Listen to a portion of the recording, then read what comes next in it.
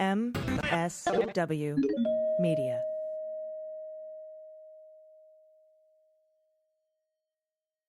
Thanks so much to Future Hindsight for supporting Daily Beans. Future Hindsight is an award-winning podcast that takes big ideas about civic life and democracy and turns them into action items for you and me. Join host Mila Atmos every Thursday, wherever you get your podcasts, or on futurehindsight.com. News with swearing. Daily Beans, Daily Beans. Daily Beans, Daily Beans. Hello and welcome to the Daily Beans for Thursday, June 2nd, 2022. Today, John Eastman reveals in a court filing which email was subject to the crime fraud exception. Lynn Wood loses his appeal to block the Georgia Bar Association's mental health probe. Videotapes reveal the GOP's plans to subvert elections. The Texas school police chief is ignoring state investigators' questions about the Uvalde shooting. And a judge rejects Sarah Palin's nonsense again. I'm Allison Gill. And I'm Dana Goldberg. Hi, Dana. I hear you're not getting better. I appreciate. Like. Yeah, I'm here though, and my voice just sounds a little funny. But other than that, we don't need to focus on that because the show must go on. How many times have you and I gone up on stage? God. Sick as hell. Bronchitis, the flu. There's something happens, and performers that are listening will know this, and it could happen to other industries, I'm not sure. But when the adrenaline takes over, you're fine. And then the moment you step off stage, you will crash. Yep. Bad. But yeah, this is, in comparison to those, I'm okay. But I just would like to get better. So it might be another visit to the doctor tomorrow. All right. Well, we're all sending you still negative. The healing still vibes. negative. Well, that's good that you're negative for COVID. So there's at least that. Today, we're going to be talking with Adam Klasfeld from Law and Crime about the Lynn Wood Georgia Bar Association's mental health probe and how a judge has decided that can go forward. Actually, they didn't even decide that can go forward. They decided that they don't have any say in that because it's a state thing. So I'm going to talk to him a little bit later in the show. And then, of course, we have the good news. If you have any good news you want to send in, you can do it by going to dailybeanspod.com and clicking on contact. And again, I just want to take a minute to thank our patrons. You seriously help make this show possible. So thank you. Thank you so much. You get the ad-free feed for this show, the MSW Book Club, and Mueller, She Wrote. It's $3 a month. It's awesome. If you want to sponsor somebody, you can do that on our website too. And that's dailybeanspod.com. So thank you. Thank you. Thank you. We really appreciate that. All right. With that, we have a lot of news to get to. Let's hit the hot notes. Hot notes. All right. We're going to kick this off with this fascinating story. We can now say with quite a bit of certainty that the Eastman email that Judge Carter classified as qualifying for the crime fraud exception to attorney-client privilege is one that Eastman forwarded to Rudy Giuliani that included a memo penned by Ron Burgundy's left testicle, Kenneth Cheesebro, because I imagine that's what he would name his left testicle. How do we know it was this email? Because Eastman told us in his latest court filing in the case considering over 600 more documents the committee is trying to get.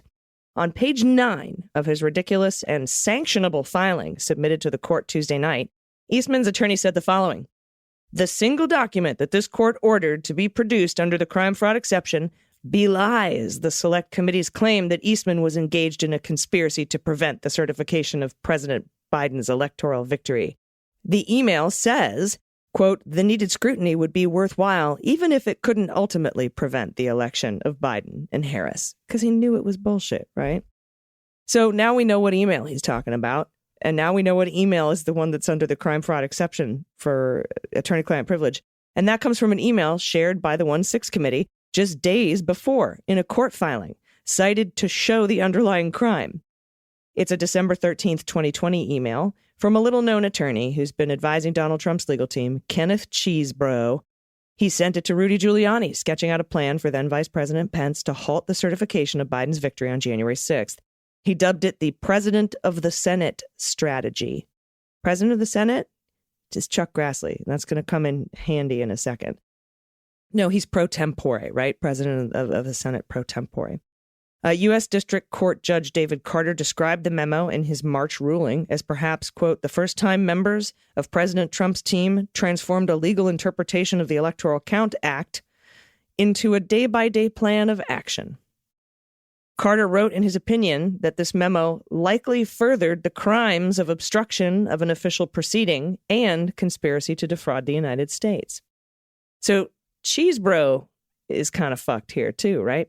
Carter ordered it released to the Select Committee under the crime fraud exception to attorney-client privilege. The plan offered by Cheesebro depended on the existence of competing slates of presidential electors in a handful of states where Biden won the popular vote. In fact, just a day after Cheesebro sent his memo to Rudy, pro-Trump activists gathered in several state capitals and signed documents falsely claiming to be the true presidential electors from their states. Then, Cheesebro's strategy required Pence to, quote, firmly take the position that he and he alone is charged with the constitutional responsibility not just to open the votes, but to count them, including making judgments about what to do if there were conflicting votes, conflicting sets of electors.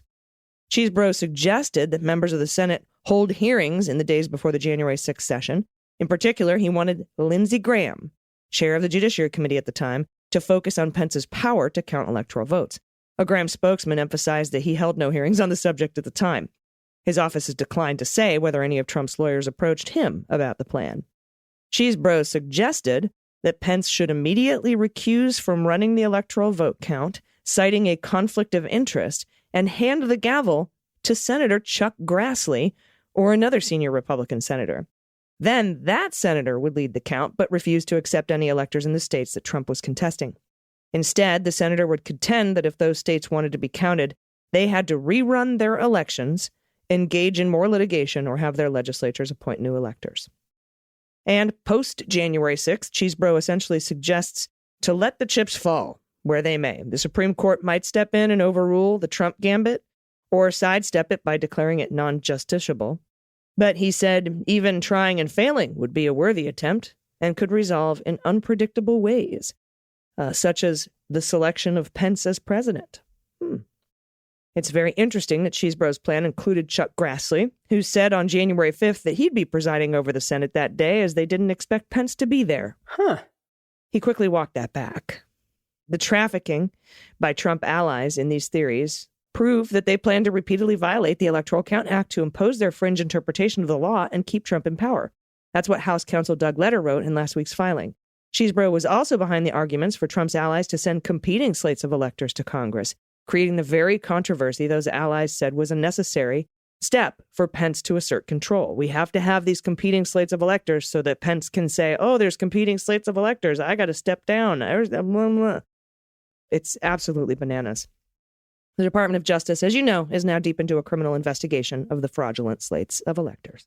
Awesome. AG, thank you. Now, a local police chief in Uvalde, Texas, hasn't responded for a follow-up interview in a state investigation into the law enforcement response to the elementary school massacre that we know left 19 children and 2 teachers dead. And that's from an official on Tuesday. Now, Peter Arredondo, the police chief of Uvalde Consolidated Independent School District, participated in an initial interview that has not yet answered questions for follow-ups made 2 days ago. And that's from a spokesman for the Texas Department of Public Safety.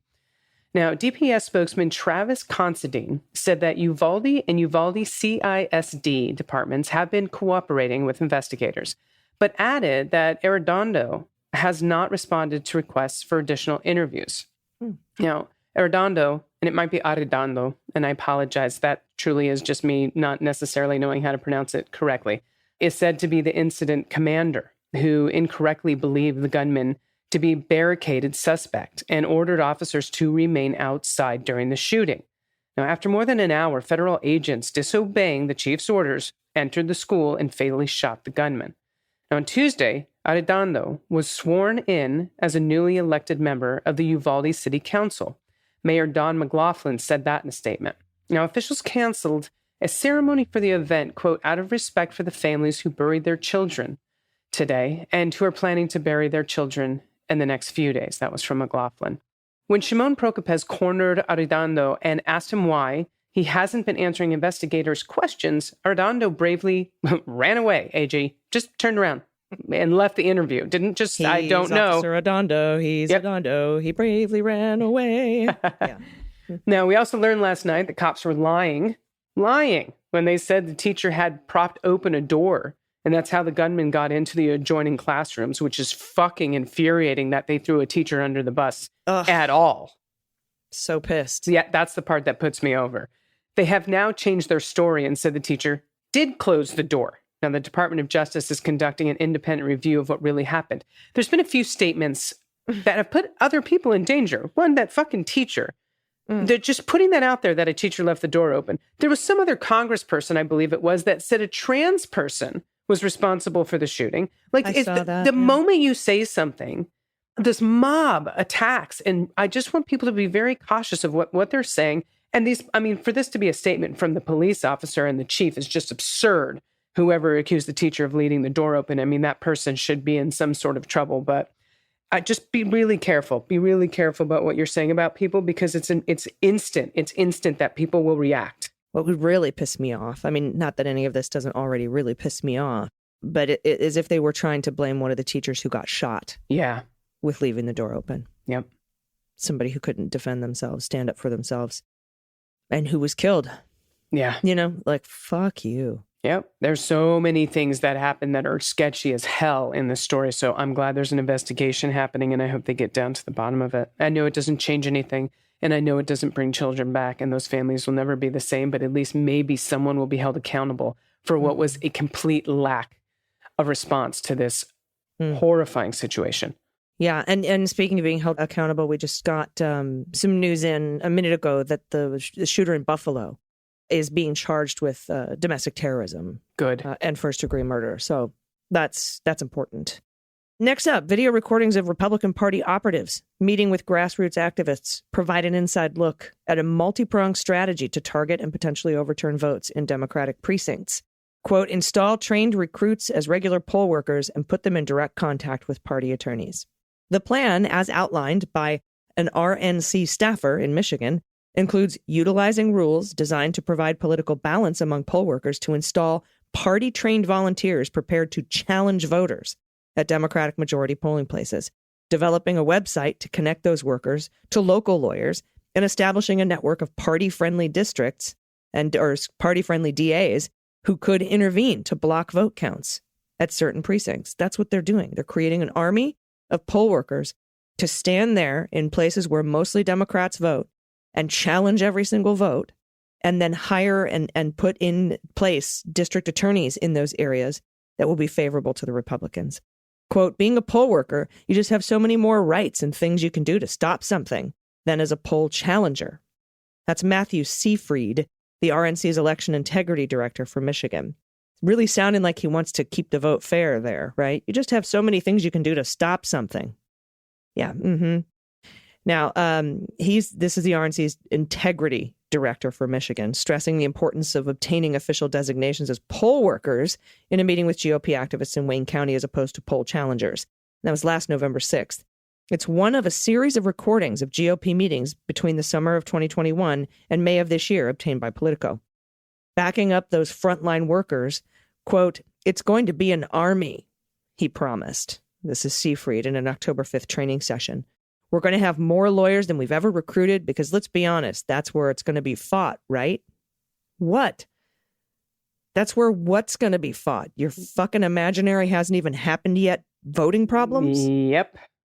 Seafried also said the RNC will hold quote-unquote workshops and equip poll workers with a hotline and a website developed by Zendesk, a software support company used by online retailers. And I guess one of the things we can count on, though, from the fucking Republican Party is none of their tech is going to work. So the website's going to crash. Oh, 100%. So that's at least the hotline. It won't be manned. At least that's good. At least there's that. But anyway, this will allow Republicans to live chat with parties on Election Day. In May 2022 training sessions, he said he'd achieved a goal set last winter. More than 5,600 individuals had signed up to be poll workers, and several days ago, he submitted an initial list of more than 850 names to the Detroit clerk. So they're now organizing their poll workers. Democrat Janice Winfrey, who serves as the clerk, would be bound to pick names from the list submitted by the party under a local law intended to ensure bipartisan representation and an unbiased team of precinct workers. Separately, Politico obtained Zoom tapings of Tim Griffin, legal counsel to the Amistad Project, a self-described election integrity group that Donald Trump's former lawyer Rudy Giuliani once portrayed as a partner in the Trump campaign's legal efforts to overturn the 2020 election. The Amistad Project, named themselves after the Amistad. He's meeting with activists from multiple states discussing plans for identifying friendly DAs who could stage real-time interventions in local election disputes. On the recording, Griffin speaks of building a nationwide network of district attorney allies and how to create a legal trap. Isn't that great? A trap. Quote, remember, guys, we're trying to build out nationwide district attorney network. Your local district attorney, as we always say, is more powerful than your congressman. That's politicizing the police. Absolutely. They're the ones that can seat a grand jury. They're the ones that can start an investigation, issue subpoenas, make sure that records are retained, etc. Election watchdog groups and legal experts say many of these recruits are answering the RNC's call because they believe fraud was committed in the 2020 election. So installing them as the supposedly unbiased officials who oversee voting at the precinct level could create chaos in such heavily Democratic precincts. On the tapes, some of the would-be poll workers lamented that fraud was committed in 2020 and the election was corrupt. Installing party loyalists on the board of canvassers, which is responsible for certifying the election, also appears to be part of the GOP strategy. Remember when Trump kept calling the board of canvassers in Wisconsin? And they're like, dude, I fucking quit. And the other guy's like, I'm not going to vote for that. They want to install their buddies now, pro-election fraud idiots on these boards of canvassers. This is terrifying. In Wayne County, which includes Detroit, Republicans nominated to their board a man who said he would not have certified the 2020 election. The recordings are among the first windows into what former Trump strategist Steve Bannon, who's been urging listeners to his podcast to take on election leadership positions, he calls it the precinct strategy. There's so much information and so many recordings to listen to. You can get it all at Politico. Just Google the article. It's called It's Going to Be an Army. Tapes reveal GOP plans to contest elections. It's terrifying. It is terrifying, but go check it out. Inform yourselves. It's important. Last story in this segment. On Tuesday, the Huffington Post reported that a federal judge has denied a request by who? Former Alaska Governor Sarah Palin to redo her failed lawsuit against who? The New York Times. And this is a quote. The judge who presided over Sarah Palin's libel case against the New York Times denied her request Tuesday for a new trial, saying she failed to introduce even a speck, quote, of evidence necessary to prove actual malice by the newspaper. Can you see that speck from her house? You can see it. Yeah, I can see it from my backyard. Hey. That might be more Fargo. I don't know why she's from Minnesota. Yeah, we just moved her to North Dakota. North Dakota. Sorry about that. I can see Russia from my house. Ooh, that was a good one. Thank you. I can see Russia from my house. The report went on to say, maybe my voice is good for something. It's definitely not good for podcasting. Now, U.S. District Judge Jed Rakoff made the assertion in a written decision as he rejected post-trial claims from Palin's lawyers. Another quote, her attorneys had asked the judge to grant a new trial or disqualify himself as biased against her, citing several evidentiary rulings by Rakoff that they said were errors. And this is again from the report. It went on to say those ranged from how the questioning of the jurors occurred during jury selection to how jurors were instructed when they were asked questions during deliberations. Oh, my God. Biased against her because of the ruling. Right. That's not how this shit works. And it's funny because in a minute I'm going to talk to Adam Klasfeld about the Lynn Wood thing. He also filed to get rid of his judge because he lost his case. So therefore, the judge must be biased against him as well. This is their playbook. Oh, wow. Now, Rakoff rejected all of these claims, saying, quote, in actuality, none of these were erroneous, let alone a basis for granting Palin a new trial. So all that's bullshit. Palin sued the Times in response to an editorial that alleged her rhetoric was partially responsible for the mass shooting in Tucson, Arizona, that critically injured former Congresswoman Gabby Giffords. She claimed that the allegation was injurious to her reputation, like that ever fucking existed, and her political career. Again, very short-lived. A jury rejected her claims in February, with the judge making clear she had failed to meet her burden of proof, and he would have set aside the verdict even if the jury had ruled in her favor. The judge was like, even if the jury had come back, I would have not accepted it. I'm going to go out on a limb and say you're going to lose no matter what, the jury Yeah. says. because Nah. you have not a speck Not a of speck. evidence that you can see from your house. My goodness. All right. Well, I'm about to talk to Adam Klasfeld here. We're going to take a quick break, but same thing with Linwood when he's trying to get the bar associate. He's trying to get a court to intervene in the bar association's investigation into his sanctions. And he, wants to get the judge tossed off the case because the judge was like, no, we're a court. We can't tell the state bar association what to do. Have a nice day. And he's like, you're biased. You need to be removed from the bench and I'm going to appeal. And the appeals court was like, no, that's not how any of this shit works. Go get your mental health test with the bar association and leave us alone. So I'm going to talk to Adam Klasfeld about that, but we'll be right back after this quick break. After these messages, we'll be right back. Hey everybody, it's AG. As you know, sleep is the foundation of a healthy life. I know because I used to have insomnia. I struggled with falling asleep. I couldn't stay asleep. I'd wake up sore and groggy. Turns out my problem was I'd been sleeping on a mattress made for someone else. And that's when Helix Sleep solved my problem. Helix has an easy 2-minute online sleep quiz at helixsleep.com/dailybeans that will match you to the perfect mattress for the way you sleep. They know people are unique. Everyone's different. So they have mattresses for everybody. There's soft, medium, firm mattresses. They have mattresses that cool you down or help you with spinal alignment. They even have plus-size mattresses for plus-size sleepers. So go to helixsleep.com/dailybeans and take that 2-minute sleep quiz, and they'll match you to that customized mattress that will give you the best night's sleep of your life. I was matched with the Helix Midnight because I'm a side sleeper. I prefer a medium, firm bed, and it has been a lifesaver. I am now able to finally get to sleep and stay asleep and wake up awesome. Your Helix mattress will be shipped right to your door for free. There's a 10-year warranty. They'll pick it up for you if you don't love it, but you will. And you get 100 sleeps to try it out with no risk. Helix even has financing options available, so a perfect night's sleep is never far away. As you know, Helix was awarded #1 Best Overall Mattress Pick of 2020 by GQ and Wired Magazine, and it's been recommended by multiple leading chiropractors and doctors of sleep medicine as a go-to solution for improving your sleep. Everybody loves Helix, and so do I. And right now, Helix is offering up to $200 off all mattress orders, plus 2 free pillows for listeners at helixsleep.com/dailybeans. That's HELIX sleep.com/dailybeans for up to $200 off all mattress orders and 2 free pillows. Everyone, welcome back. Happy to be joined today by my friend from Law and Crime, also host of the Objections podcast, Adam Klasfeld. Hi, Adam. Hey, Allison, how's it going? It's going well. It's good to see you. It's been a minute. I feel like we haven't talked in quite a while, so I'm happy that you're here with us today. And happy that we're catching up too. And this isn't as bad of news that we kind of normally cover. This is interesting. I kind of feel that this is a good news story. It's a good development, at least by way of justice. But the headline here that you've written is that pro-Trump lawyer Lin Wood loses appeal seeking to block Georgia's Bar Association's mental health probe. Can you talk a little bit give us some background here? I know that you've talked about this on Objections on the podcast. So give us a little bit of background and tell us what this ruling means. So in the wake of the 2020 election, just for listeners who hadn't followed this part about it, Lin Wood is obviously one of the attorneys that was involved in the so-called Kraken litigation seeking to overturn the 2020 election. Before that, he was a defamation lawyer of some prominence. He represented John Benet Ramsey, the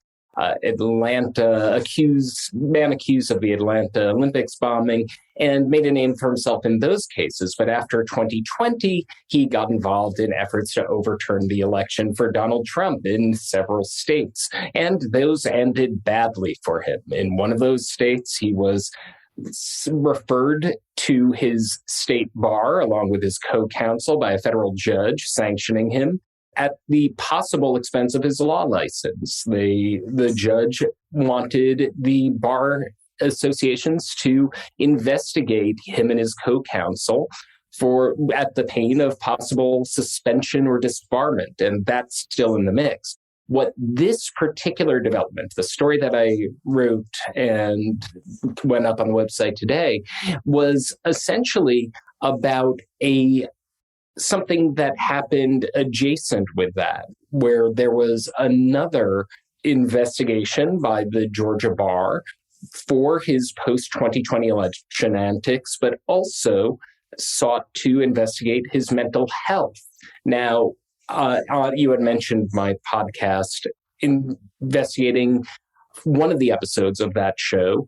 I had listened to certain audio tapes about his relationship with his family and was told by one of the sources that he was essentially given an ultimatum by family members that basically get mental health treatment.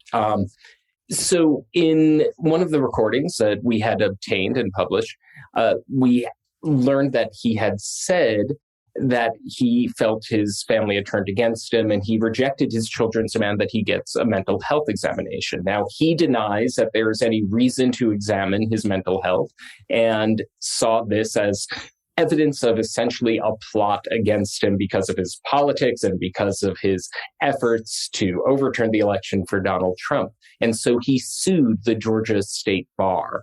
And what happened today, what the recent ruling out of the 11th Circuit was essentially a rejection of his efforts to stop that probe. District court judge, coincidentally enough, one of the same district court judges that rejected his election overturning efforts, had basically said that there is no reason for a federal court to intervene in what is essentially a state bar investigation. An appellate panel agreed, and a 3-judge panel of varying appointed judges, ranging from, there was a Barack Obama appointee, there was a Donald Trump appointee. I believe there was even a Jimmy Carter appointee. And the 3-judge panel unanimously agreed there's no grounds for a federal court's intervention in this state bar investigation. This allegation that that there was bias was unfounded. He hadn't proven it to the extent to stop this investigation. And they also rejected his parallel effort to disqualify the judge, saying, well, this judge ruled against me on the election, therefore he must be biased. They said that's not how it works. You can't demonstrate bias just because a judge did not agree with your case about the 2020 election. So it was a resounding victory. Judges who were appointed by Trump, Obama, and Carter agreed he didn't have any grounds to stop this investigation. So that sounds like it was more of like a jurisdictional decision than any kind of decision on the merits. It sounded like the court was like, we don't even get involved in that state level stuff. That's the Bar Association, and we can't do it, provide any kind of relief anyhow. So you're just sort of barking up the wrong tree. Although I do think that the paranoia is interesting and might be something that the Georgia State Bar Association should look into. But did this Georgia State Bar Association mental health probe arise from the Michigan sanction referral, or is it a separate sanctions investigation, or are they all just sort of enjoined into one? So the thing about Bar Association investigations, they're usually confidential. So how it began is largely a mystery. He claims that it came because of complaints that certain lawyers had leveled against him. And we first learned about this investigation because he posted it on Telegram, the encrypted right-wing social media website now, where he has hundreds of thousands of followers, where he turned to exclusively after he was kicked off of Twitter. Remember, he was kicked off of Twitter in the wake of the January 6th attack on the U.S. Capitol. So how did we learn about this investigation to begin with? Well, he posted it on Telegram. And that was one of the interesting things in this whole saga playing out, because he had claimed that one of the smoking gun pieces of evidence of bias against him from this state bar was that they publicized a confidential investigation. Now, the bar said, no, that wasn't us. That was you. That was you on your Telegram account to hundreds of thousands of your followers. So another reason why his request for a federal court's intervention to stop this investigation in its tracks was rejected. Got it. So we don't even know if this is the Bar Association's investigation based on a Michigan referral, or if it's some other Bar Association investigation from some other entity who might have submitted a request for an investigation. But I do know that his positions that he posted on Telegram have gotten him in trouble quite a few times, particularly in the wake of some of those Michigan sanctions hearings. So do you know relatively how long Bar Association investigations take? Because I know that the Bar Association in Texas has been looking into Sidney Powell since like November. That's quite a long time ago. Right. Now, it's sort of terra incognita here because, as I said, these things are usually confidential. How long do they investigate? You know, it makes one think of the old Rumsfeld quote. It's an unknown unknown. We won't see them operating. So right now, the only disclosure that we have is, ironically enough, through him and his litigation and what they're finding, what they're thinking, whether he has complied with their requests or whether he will at some future time comply with their requests. Is basically there's one person until their investigation concludes that can tip us off on that regard, and that's essentially Lin Wood on his Telegram account. Well, I'm not going to join Telegram or anything, but I'm sure you'll keep us apprised as to what comes up next. We'll be waiting. We've been waiting for a lot of these sanctions investigations to be finished. And there were several lawyers that were referred for sanctions. We haven't heard a peep about it, which, you know, like you said, we don't even know when they start. And so that way we don't know if they end, when they end. If they do, we don't know for which sanctions it was for, particularly in this time when so many people were put in for sanctions for so many different things. But I appreciate your time today, and we will keep following up on this. And everybody check out Law and Crime, and then, of course, the Objections podcast, wherever you get your podcasts. Adam Klasfeld, thanks for your time today. Thank you for having me. Everybody stick around. We'll be back with the good news. Hey, everybody, it's AG. It's been difficult looking at the increasing climate crisis, hasn't it? But Future Hindsight has your back. Future Hindsight is an award-winning podcast that takes big ideas about civic life and democracy and turns them into action items for you and me. Join host Mila Atmos every Thursday for in-depth conversations with citizen changemakers about how they're building their civic action toolkits. This midterm year, Future Hindsight will bring you conversations that can truly support your decision-making beyond the horse race. Every episode offers new insight and new information to help you understand the challenges and the options in front of us. You can never be too informed when the stakes are this high. One of the reasons I love this show so much is I finish every episode feeling like I have the best up-to-date information on some of the most important issues of our day. Plus, there's a course of action for things I can do to help face them, right? Simple, actionable items. This week, Mila sits down with climate journalist Aimee Westervelt about how everyday people like you can make a difference. It's not that we don't understand the science or that we don't have the technology to solve the crisis. So listen and learn something new and come away feeling empowered to take action. You can find Future Hindsight wherever you listen to podcasts or tune in on futurehindsight.com. Welcome back, everybody. It's time for the good news. Who likes good news? Everyone? Then good news, everyone!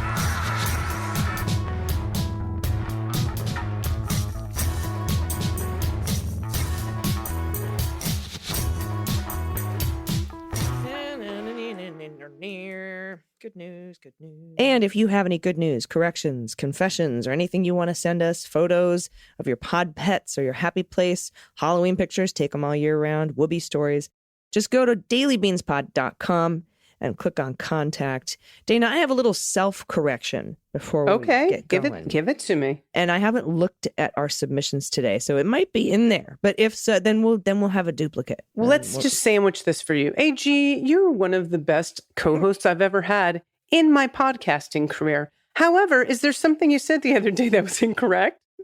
Yes, I said yesterday that today would be the day that Raffensperger testified before the grand jury in Fulton County DA. It's actually June 2nd, which is tomorrow for us, but today for you. So now, right now, as you're listening to this, is when Raffensperger is testifying before the grand jury.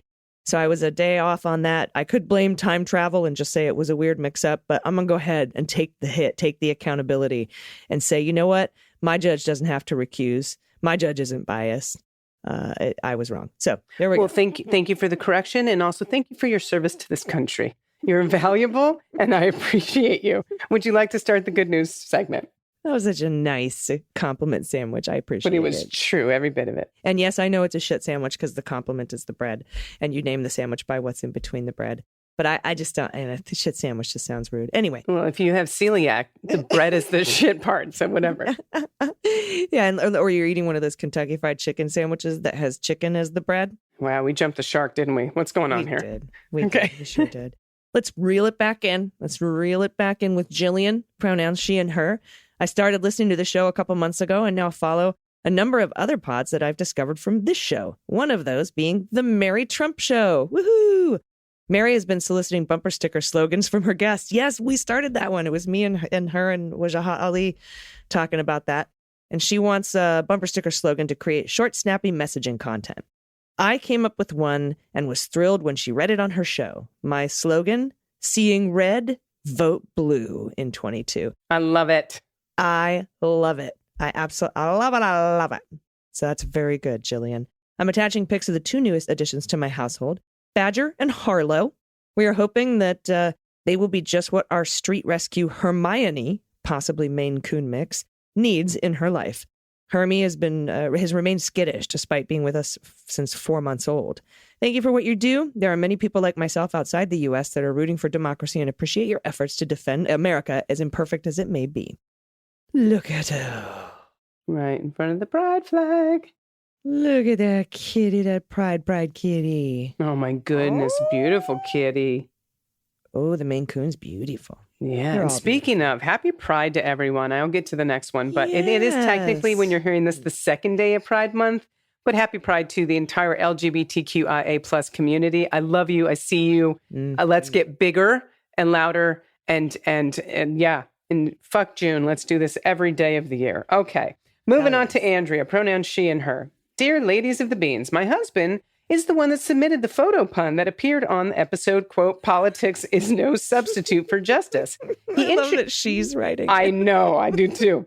He introduced me to Mueller, she wrote. Subsequently, the Daily Beans was my companion during my 45-minute commute to school while I finished my doctorate. It was like having friends along for the ride, as you are all so open about and authentic about your lives and experiences, and your pop culture references are just about in my wheelhouse. Your righteous indignation and passion for justice have lit a fire that has kept me from falling into political apathy, or worse, leaving my children to fight the same battles that should have been done over a long time ago. The one bittersweet thing about your show was the Good News theme song, Float On, was the song I remember most from my years at graduate school in Iowa. That was where I met my husband. I began a PhD, but became overwhelmed with anxiety and depression and mastered out while he went on to earn his PhD. He was a constant support to me then and now, and also a rare jewel of a husband and the best father I can imagine for our kids. It's a strange coincidence this year, while I was preparing for my thesis defense, I missed a few episodes of The Beans and was surprised when, after my defense, I returned to listen and found that Float On was no longer being used for the Good News segment. Almost like life was ensuring me that I no longer have any regrets. Ooh. Oh, and the answer to the pun. The photo was me and my husband posing with my parents. I am one, quote, doc in the paradox. Oh, got it. The paradox. Nice. Paradox. Nice. Okay. All right. Nice. Attached for Halloween costume taxes my daughter a few years ago as a cat. Oh my God. A cat lady. And yes, her arm is in a cast. Monkey bars are the worst. Much love. Oh my God, though. This picture's fantastic. So she dressed up as me for Halloween. Oh my God. That's amazing. Congratulations on your it. doctorate, by the way. And yeah, in case you missed the episode, we had to take Float On off because we were being removed from YouTube for content violation, copyright stuff. So now we've got the new one that I put together. But yeah, good timing, right? Sort of like, hey, new chapter. What a cute baby girl, though. So Look at sweet. this. All right, next up from Anonymous, pronouns she and her. Hello, ladies. Thanks for your amazing podcast. I'm a dedicated daily listener. I wanted to share the news of Minnequaw Brewing Company, located in Minnequaw, Wisconsin. I hope I'm pronouncing that right. MBC started making progressive beer, #progressive beer, after closing their brew pub because Donald Trump played politics with COVID-19 and Mitch McConnell let restaurants twist in the wind. They hung a Biden sign in the reddest part of Wisconsin in defiance of their Republican county board's threat to fine them. They won the battle, and they're now focused on brewing awesome beer for people who care about lifting those up that are less fortunate and making politics in Wisconsin as clean as the lakes and streams up north. They have an amazing message, and they're doing great things. Please check out their beer names, podcast, and Facebook posts. I love that the brewery has a podcast. My left-leaning daughter picks me up my favorites, Evers Ale and Tammy Shandy, whenever she comes home from Wisconsin. They recently brought their beer all the way to Washington to talk with lawmakers and distribute their beer to locally owned liquor stores that were brave enough to sell it. They're also currently brewing Choice Seltzer for women's rights and helping to fundraise for Personal PAC, which is an important reproductive rights group in Chicago. Cheers for Choice event on June 6th. They are also attempting to sue politicians who were part of the election fraud schemes in Wisconsin. Excellent. So it's Minocqua Brewing Company. That's MINOCQUA. Minocqua Brewing Company. Like you, they're doing whatever it takes to stop the Republican corruption and keep the important topics in front of voters. I believe their hard work deserves a little boost from you and your listeners. Please check them out. Sorry, no whoobies or pet picks, but I do have a pick of a recent Biden beer that I enjoyed. Thanks, Beans Queens. Look at that. That's awesome. I like that glass. It's like one of those insulated coldy glasses. I know. That's fun. All right. This is from Amanda, pronouncing her hello, defenders of justice and bringers. The bringers of good news. The bringers of good news. Thank you for keeping me informed and mostly sane through the pandemic. It's been a tough 2 years. Amen, Amanda. I've been trying to hold out and say this good news, but y'all seem like you could use some extra love in your day. Damn right. Yes. And I'll attempt to share it without writing a full novel. After years of talking about, quote, one day adopting a baby, we have 2 biological children already. We decided to take the plunge and start the process, but a little differently than we thought we would. We signed up to be foster parents. We finished our classes, submitted all the paperwork, got the house all ready, and completed our home studies. Yesterday, I heard that we were approved locally, and now we're just waiting to be approved by the state. And then we can start offering our home to foster children in need. This has been a process, but I'm so glad that we are doing it because the need is great, and I fear it will only increase. I was told during our home study that the local DCS is in need of foster homes, that there are children sleeping on the floor in the shelters. It's fucking heartbreaking. Now, we live in a very red county, and all of our family are conservatives. Insert Dana gagging here. There you go. I've asked this repeatedly, why on earth would we consider fostering? What if you get a kid who steals from you or is violent or their parents use drugs? You fucking love them and show them what a safe place is. That's what you do. Amen, Amanda. It's enraging. I'll leave out my Roe v. Wade correctional system reform liberal agenda lectures for the sake of time with laughter. But the good news is we're one form being signed away from getting to be a safe haven for a few children. I'm so happy about that. So maybe if you're listening and you've been on the fence about becoming a foster parent, maybe this can be the nudge to look into it more. So I'll leave you with my personal motto for the year. Lead with love. Because fucking hell, we need it. I'm not sure the fucking hell part is part of the quote. I think it's just lead with love, but we definitely fucking need it. Yeah. I've attached to my good news rant novel a picture of this past Halloween. My husband and I let each kid pick their costume first. Then we take turns matching one of them. This year, I made my own hella costume for only double what it would have cost to buy it pre-made. That's hilarious. Thank you to the whole MSW team and podcast partners for what you do, because it's desperately needed and thoroughly enjoyed. And that is a freaking awesome costume. You made that? That's hot. That's hot AF, right? Right. I would wear that to the store. I would just wear that all the time. Oh my God, your family's awesome too. I just want to hang out with y'all. That beard is amazing. You got the Ghostbusters. I know that is a good beard. Oh my God, this is so good. That hella is fantastic. Oh my God, any child is going to be lucky to be a part of this brood. There's so much love there. And I don't know where the state you live in, because it wasn't said, but if you live in a very red county, I know that for a fact. I think they said there's over 30,000 children as part of the foster system in Texas. And as Beto said the last time I heard him speak, they do not have enough beds or money for these children. And this writer, Amanda, is correct. They are living and sleeping on the floors. It's a horrifying situation. So if you can want to, I think I would be a foster fail in a heartbeat, which is one of the reasons like I haven't and just not conducive to my life at this moment. But yes, if it is conducive to your life, please look into it. Incredible. That's so inspiring. Really. Thank you so much for that. And thanks to everybody for sending your stuff in. First, the cat lady costume is killing me. I thank you. I got a couple of Halloween photos today. Hey, you sure Dana. did. Heck yeah. Keep sending in those Halloween pictures and then some cute kitties. This was just a great, great day. Thank you so much. And congratulations on the new doctor in the Leguminati. We need as many doctors as we can get so we can take over the world, so we can give everybody free healthcare and stuff. Absolutely. We have like the weirdest villain plots ever, right? Like everyone's like, oh, the Democrats are fucking up America. It's like by giving you free education and healthcare. Yep. I'll get you, my pretty. Yeah. Okay. Here we come. Anyway, I'm preaching to the choir, but that's what we do. Hey, do you have any final thoughts before we get out of here today, Dana? I do not. I'm just wishing you all the best. I'm grateful for all of you. AG, I'm grateful for you. And thanks for, I don't know. That's it. Just gratitude. Find gratitude somewhere in your life today. It's not hard if you look around. I love you too, my friend. And everyone right now, healing vibes. Yes, please. Over to Dana. She's going to travel this weekend. I have to get on an airplane with sinuses like this, and I'm terrified. Namaste. Okay. Thank you so much. Are you ready for some feedback?